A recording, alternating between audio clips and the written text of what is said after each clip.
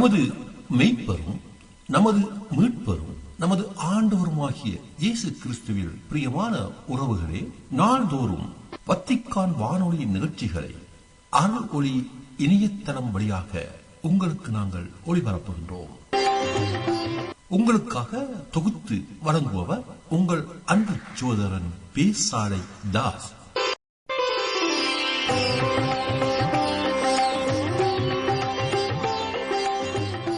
லவ்தேத்து இயேசுஸ் கிறிஸ்துஸ். இயேசு கிறிஸ்துவுக்கு புகழ். தமிழ் கூறும் நல்லுலகில் வாழும் அனைத்து அன்புள்ளங்களுக்கும் வத்திக்கான் வானொலியின் வணக்கம். இறைவன் உங்கள் உள்ளத்தையும் இல்லத்தையும் தன் அன்பாலும் அருளாலும் அமைதியாலும் இன்றும் என்றும் நிரப்புவாராக.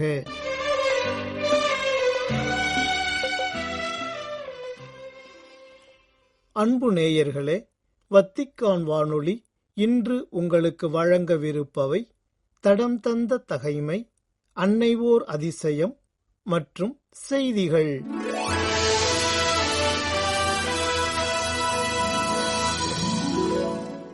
மார்ச் 12 புனித செராஃபினா.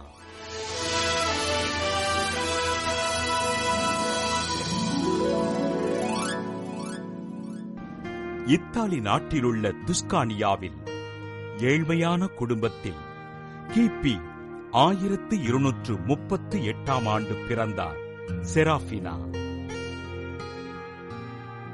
ஆண்டவர் இயேசுவிடம் பக்தியோடு இருந்த செராஃபினா சிறுவயதில் தன் தந்தையினை இழந்து தாயாரால் வளர்க்கப்பட்டார்.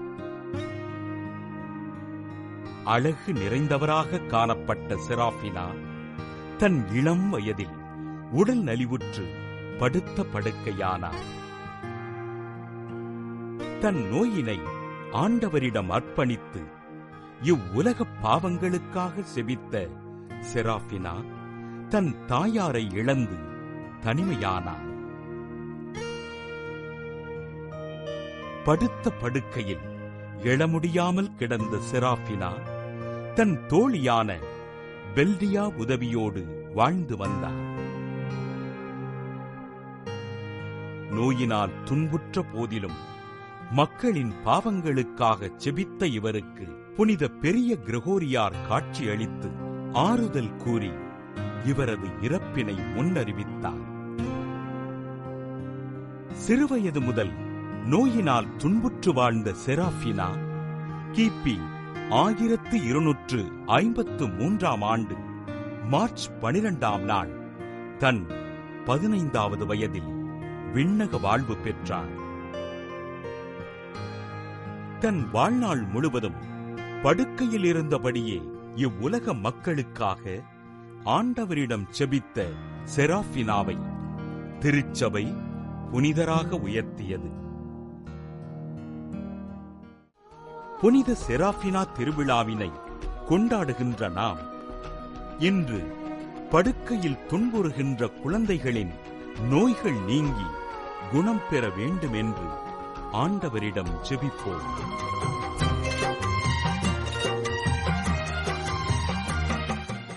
அன்னைவோர் அதிசயம். துன்ப முடிச்சுகளை அவிழ்க்கும் அன்னை.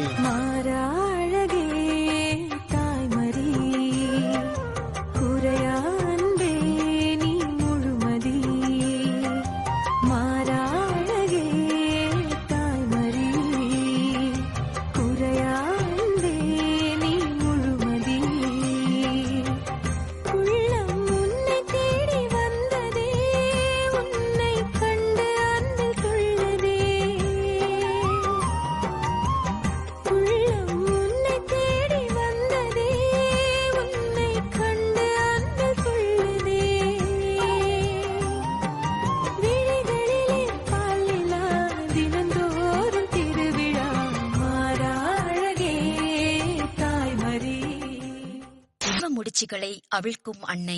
மனித வாழ்க்கை என்பது எப்போதும் மகிழ்ச்சி நிறைந்த பூப்பாதையாகவே அமைவதில்லை. சில நேரங்களில் அது ஒரு சிக்கலான நூல்கண்டு போல மாறிவிடுகிறது. நம்முடைய அன்றாட வாழ்வில் நாம் சந்திக்கும் தீராத குழப்பங்கள், கண்ணீரால் நனைந்த நாட்கள் மற்றும் விடை தெரியாத பிரச்சனைகள் என எல்லாமே நம்மை சுற்றி ஒரு இறுக்கமான சூழலை உருவாக்குகின்றன. ஏன் எனக்கு மட்டும் இப்படி நடக்கிறது, இதிலிருந்து மீளவே முடியாதா என்று நாம் திகைக்கும் போது அந்த பிரச்சனைகள் நம் வாழ்க்கையில் அவிழ்க்க முடியாத துன்ப முடிச்சுகளாக மாறிவிடுகின்றன. இத்தகைய சூழலில் ஒரு தாய் தன் குழந்தையின் கையில் இருக்கும் சிக்கலான கயிற்றை எவ்வளவு பொறுமையாகவும் மென்மையாகவும் அவிழ்ப்பாளோ, அதே தாயன்போடு நம் வாழ்வின் ஒவ்வொரு சிக்கலையும் அவிழ்க்க முன் வருபவர்தான் துன்ப முடிச்சுகளை அவிழ்க்கும் அன்னை மரியாள். உண்மையில் துன்ப முடிச்சு என்பது வெறும் கயிற்றில் போடப்படும் முடிச்சு மட்டுமல்ல, அது நம் இதயத்தில் குடிக்கொண்டிருக்கும் பாரங்கள். இன்றும் பல குடும்பங்களில் கணவன் மனைவி இடையே நிலவும் மனக்கசப்புகள், விவாகரத்து வரை செல்லும் பிரிவுகள், பெற்றோர் பிள்ளைகள் இடையிலான புரிதல் இன்மை போன்ற உறவு சிக்கல்கள் மிகப்பெரிய முடிச்சுகளாக இருக்கின்றன.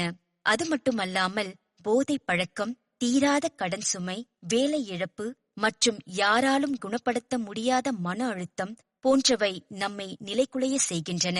இனி என் வாழ்க்கையில் விடிவே இல்லையா என்று நாம் அழுது புலம்பும் வேளையில் அந்த துன்ப முடிச்சுகளை தனது மென்மையான கரங்களால் அவிழ்த்து நமக்கு அமைதி தருபவர் நம் அன்னை. இந்த பக்தி முயற்சி எப்படி தொடங்கியது என்பதை திரும்பி பார்த்தால் அது 17ஆம் நூற்றாண்டில் ஜெர்மனி நாட்டில் நடந்த ஒரு நெகிழ்ச்சியான வரலாற்று பின்னணியை கொண்டது. அங்கு வாழ்ந்த ஒரு தம்பதியினருக்கு இடையே ஏற்பட்ட கடுமையான கருத்து வேறுபாடுகளால் அவர்களின் திருமண வாழ்க்கை முறியும் நிலைக்கு தள்ளப்பட்டது. விவாகரத்து என்ற இறுதி முடிவை எடுக்கும் நிலைக்கு அவர்கள் வந்தபோது அந்த கணவர் மிகுந்த மனவேதனையடைந்தார். சிதறி போயிருக்கும் தன் குடும்பத்தை எப்படியாவது காப்பாற்ற வேண்டும் என்ற கடைசி நம்பிக்கையோடு அவர் ஒரு அருட்தந்தையை சந்தித்து தனது துயரங்களை பகிர்ந்து கொண்டார். அப்போது அவர் கொண்டு வந்தது ஒரு சாதாரண கயிறு அல்ல.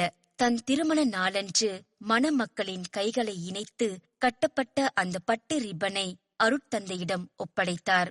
அந்த ஊர் கலாச்சாரப்படி அந்த ரிப்பன் இரு ஆன்மாக்களின் ஒன்றிப்பின் அடையாளம். ஆனால் இப்போது அதே ரிப்பன் அவர்களின் வாழ்க்கையில் ஏற்பட்ட சண்டைகளையும் கசப்புகளையும் குறிக்கும் விதமாக பல சிக்கலான முடிச்சுகளுடன் இருந்தது.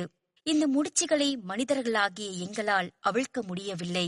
இதோ அன்னையிடம் ஒப்படைக்கிறேன் என்ற உருக்கமான வேண்டுதலோடு அவர் நின்றார். அந்த அருட்தந்தை அன்னை மரியாளின் திருப்படத்திற்கு முன்பாக அந்த ரிப்பனை உயர்த்தி பிடித்து ஒவ்வொரு துன்ப முடிச்சையும் மென்மையாக ஜெபத்தோடு அவிழ்க்க தொடங்கினார். அந்த ஆழமான ஜெபம் விண்ணை தொட்டது.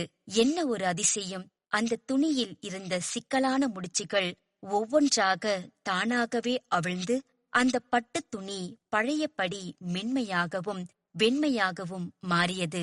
அன்னை மரியாள் அவிழ்த்தது அந்த துணியின் முடிச்சுகளை மட்டுமல்ல, அந்த தம்பதியரின் இதயத்தில் இருந்த கசப்பு என்ற முடிச்சுகளைத்தான்.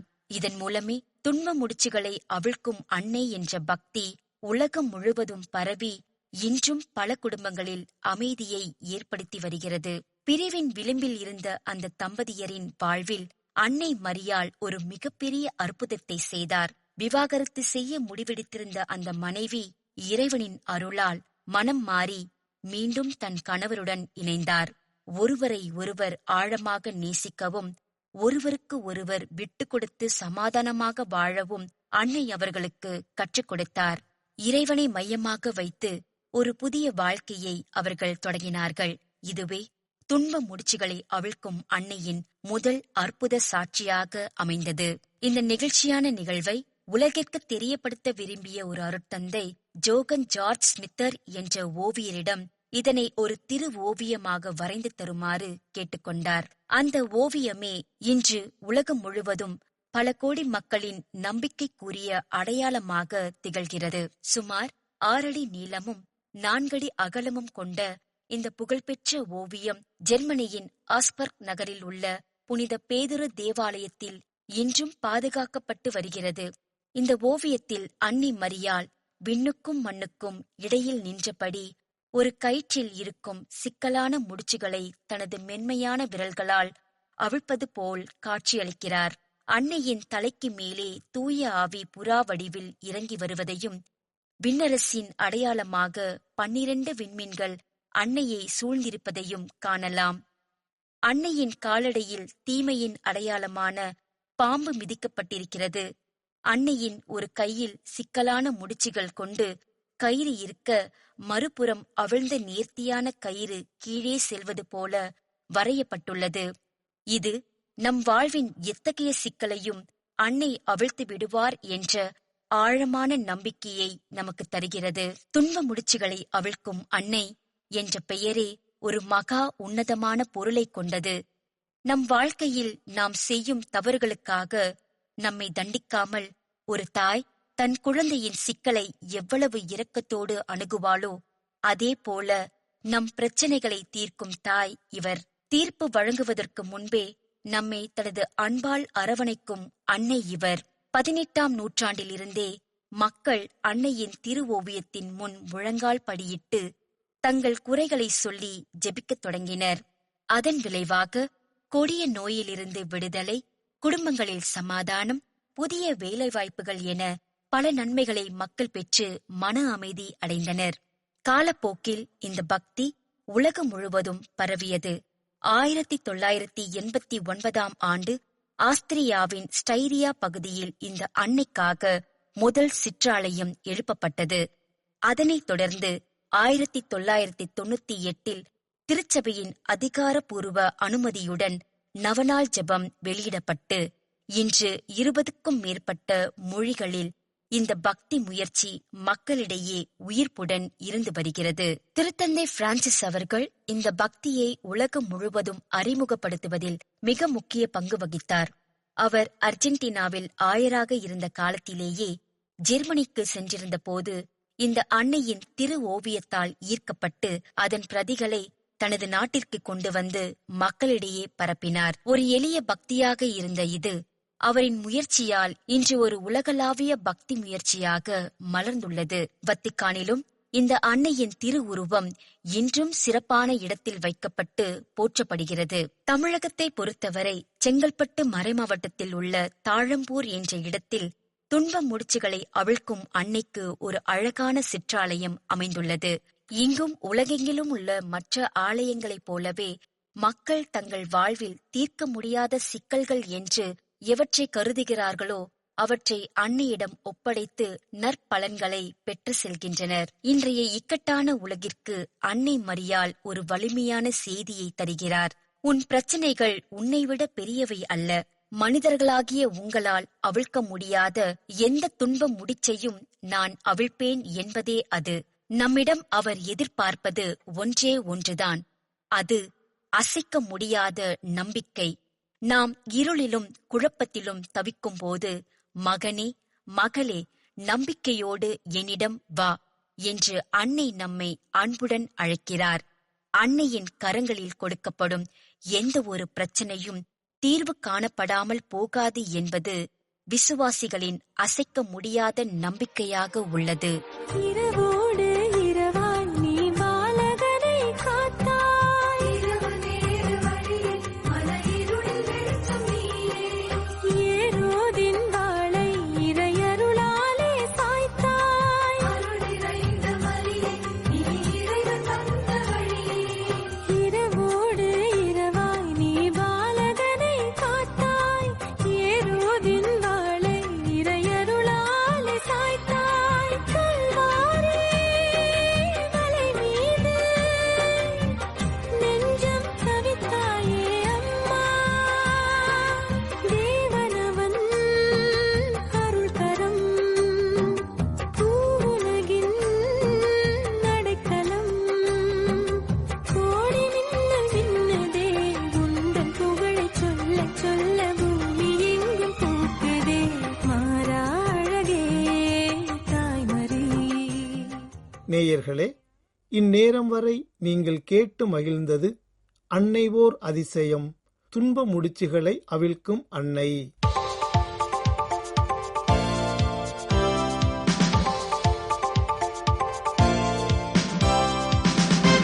செய்திகள். அமைதியின் எதிர்காலத்தை கட்டியெழுப்ப இளைஞர்களில் முதலீடு செய்யுமாறு அழைப்பு விடுத்த திருப்பீடச் செயலர் கர்தினால் பியேத்ரோ பரோலின் அவர்கள், கல்வி, வேலைகள் மற்றும் வாய்ப்புகள் இல்லாமல் அவர்கள் தீவிரவாதம், போர் மற்றும் சமூக தனிமைப்படுத்தலுக்கு இரையாக மாறும் ஆபத்து இருப்பதாகவும் எச்சரித்தார். மார்ச் 10 செவ்வாய்க்கிழமையன்று ரோமை அருகே உள்ள சாக்ரோபோனோவில் நடைபெற்ற விருந்தோம்பல் கத்தேத்ரா கலாச்சார மன்றத்தின் 4வது அமர்வில் உரையாற்றிய போது இவ்வாறு கூறிய கர்தினால் பரோலின் அவர்கள் ஆயுத மோதல்கள், இடம்பெயர்வு அழுத்தங்கள் மற்றும் குறைந்து வரும் பிறப்பு விகிதங்கள் உள்ளிட்ட இன்று இளைஞர்கள் எதிர்கொள்ளும் பல சவால்கள் குறித்து எடுத்துரைத்தார். உக்ரைனில் இடம்பெற்று வரும் மோதல்கள் போன்ற போர்களில் பல இளைஞர்கள் போராட வேண்டிய கட்டாயத்தில் உள்ளனர் என்றும், வாழ்வதற்கு வாய்ப்புகள் இல்லாததால் மற்றவர்கள் தீவிரவாத குழுக்களுக்கு பலியாகின்றனர் என்றும் குறிப்பிட்டார். எதிர்காலத்தை பற்றிய அச்சமும் குறைந்த பிறப்பு வீதங்களுக்கு பங்களிக்கிறது என்று எடுத்துக்காட்டிய அவர், குறிப்பாக மேற்கத்திய சமூகங்களில் குழந்தைகள் ஒரு கொடையாக இல்லாமல் ஒரு சுமையாகவே பார்க்கப்படுவது அதிகரித்து வருகிறது என்று கவலை தெரிவித்ததுடன், இந்த போக்கு எதிர்கால சந்ததியினரை சரியென ஏற்றுக்கொள்ள தூண்டும் என்று எச்சரித்தார். நிறுவனங்கள் மற்றும் முடிவெடுப்பதில் இளைஞர்கள் அதிக பங்காற்ற வேண்டும் என்று அழைப்பு விடுத்த கர்தினால், உலகளாவிய பிரச்சினைகளுக்கான தீர்வுகள் அவர்களிடமிருந்து வர முடியும் என்பதையும் வலியுறுத்தி கூறினார். உலகெங்கிலும் உள்ள அறிவியல் அறிஞர்கள், ஆராய்ச்சியாளர்கள் மற்றும் கல்வியாளர்கள் அனைவரும் இடம்பெற்று வரும் உலகளாவிய மோதல்களுக்கு மத்தியில் அமைதியை மேம்படுத்த உறுதியான நடவடிக்கைகளை எடுக்குமாறு வலியுறுத்தி அனைத்துலக வேண்டுகோள் ஒன்றை வெளியிட்டுள்ளது திருப்பீட வாழ்வு கழகம். மார்ச் 11 புதன்கிழமையன்று வெளியிட்ட அறிக்கை ஒன்றில், வன்முறை மற்றும் போர் அறிவியல் ஆராய்ச்சியை பாதிக்கும் அல்லது கட்டுப்படுத்தும் ஆபத்து நிலவும் இவ்வேளையில் அமைதிக்கான நிலைப்பாட்டை எடுப்பதற்கான அழைப்பை விடுத்துள்ளது இக்கழகம். அமைதிக்கான அறிவியலாளர்கள் என்று தலைப்பிடப்பட்ட இந்த முயற்சி, ஆராய்ச்சியாளர்கள் தங்கள் அன்றாட பணிகளை ஒப்புரவு மற்றும் மோதல் தீர்வு கொள்கைகளை இணைக்க ஊக்குவித்துள்ளது இக்கழகம். ஒருங்கிணைந்த மனித மேம்பாட்டை ஊக்குவிப்பதற்கான திருப்பீடத்துறையால் ஆதரிக்கப்படும் இந்த வேண்டுகோள், தேசியம், கலாச்சாரம், அரசியல் கருத்துக்கள் அல்லது மதம் ஆகியவற்றை பொருட்படுத்தாமல் அனைத்து துறைகள் மற்றும் பின்னணிகளைச் சேர்ந்த அறிவியலாளர்களுக்கும் உரியதாக இருக்கின்றது. திரு அவையின் வாழ்விலும் தலைமையிலும் பெண்களின் பங்களிப்பு என்பதன் மீது கவனம் செலுத்தி ஆயர் பேரவையின் பொதுச் செயலகம் தனது ஆய்வுக்குழுக்கள் தயாரித்துள்ள 3வது இறுதி அறிக்கையை வெளியிட்டுள்ளது. 16வது உலக ஆயர்கள் மாமன்றத்தின் முதல் கூட்டத்தொடரை தொடர்ந்து திருத்தந்தை பிரான்சிஸ் அவர்கள் தொடங்கிய ஒரு பரந்த திட்டத்தின் ஒரு அங்கமாக இந்த அறிக்கை அமைந்துள்ளது. இத்தாலிய மற்றும் ஆங்கில மொழிகளில் கிடைக்கக்கூடிய இந்த அறிக்கையுடன் 5 மொழிகளில் அதன் சுருக்கங்களும் இணைக்கப்பட்டுள்ளன. திரு அவையின் பெண் ஆலோசனையாளர்கள் மற்றும் பெண் தலைவர்களுடன் நடத்தப்பட்ட ஆலோசனைகளின் அடிப்படையில் திரு அவைக்குள் பெண்களின் பங்களிப்பு குறித்த ஓர் ஆழமான சிந்தனையை இந்த அறிக்கை வெளிப்படுத்தியுள்ளது. திரு அவையில் பெண்களின் பங்களிப்பு குறித்து வரலாற்று ரீதியாகவும் இன்றைய காலகட்டத்தில் நிலவும் கருத்துக்களை தொகுத்து ஒரு விரிவான இணைப்பு பகுதியையும் இந்த அறிக்கை உள்ளடக்கியுள்ளது. இஸ்ரேலிய எல்லைக்கு அருகே மீண்டும் ஏற்பட்டுள்ள மோதல்களுக்கு மத்தியில் தெற்கு லெபனோனில் கிறிஸ்தவர்களின் இருப்பை பாதுகாப்பதில் உதவி கோரி அதன் வெளியுறவுத்துறை அமைச்சர் யூசுப் ராகி அவர்கள் திருப்பீடத்திற்கு அழைப்பு விடுத்துள்ளார். இப்பகுதி இடைவிடாத குண்டுவீச்சுகளுக்கு உள்ளாகியுள்ளதால் ஆயிரக்கணக்கான மக்கள் இடம்பெயர்ந்துள்ளனர். இந்நிலை அங்கே வளர்ந்து வரும் மனிதாபிமான நெருக்கடியை மேலும் தீவிரப்படுத்தியுள்ளது. மார்ச் 10 செவ்வாயன்று இடம்பெற்ற தொலைபேசி உரையாடலில் பன்னாட்டு உறவுகளுக்கான திருப்பீடத்துறையின் செயலர் பேராயர் பால் ரிச்சர்ட் காலகர் அவர்களிடம் தூதரக ரீதியாக தலையிட்டு மேலும் மக்கள் இடம்பெயர்வதை தடுக்க உதவுமாறு லெபனோன் வெளியுறவுத்துறை அமைச்சர் ராகி அவர்கள் வலியுறுத்தியுள்ளார். மோதல்களை குறைப்பதற்கும் பதற்றத்தை தணிப்பதற்கும் திருப்பீடம் எடுத்து வரும் தொடர்ச்சியான முயற்சிகளை உறுதிப்படுத்திய பேராயர் காலகர் அவர்கள் லெபனோன் நாட்டு மக்களுக்காக இறைவேண்டல் செய்வதாக உறுதியளித்து தனது ஒன்றிப்பை வெளிப்படுத்தியுள்ளார். இந்த மோதலில் பலியான பங்குத்தந்தை எல் ராகி அவர்களுக்காகவும் உயிரிழந்த அப்பாவி மக்களுக்காகவும் திருத்தந்தை லியோ அவர்கள் இறைவேண்டல் செய்துள்ளார். தற்போதைய சூழலில் லெபனோனின் எதிர்காலம் பெரும் அச்சுறுத்தலுக்கு உள்ளாகியுள்ளது. இத்துடன் வத்திக்கான் வானொலியின் தமிழ் ஒலிபரப்பு நிறைவு பெறுகின்றது. உங்கள் செவிமடுத்தலுக்கு நன்றி, வணக்கம். இதுவரையும் நீங்கள் செவியுற்றது வத்திக்கான் வானொலியின் இன்றைய நிகழ்ச்சிகள். மீண்டும் மற்றொரு வத்திக்கான் வானொலி நிகழ்ச்சியில் உங்கள் அனைவரையும் சந்திக்கும் வரை அன்பு விடைபெற்றுச் செல்வது உங்கள் அன்பின் பேசாலை தாஸ்.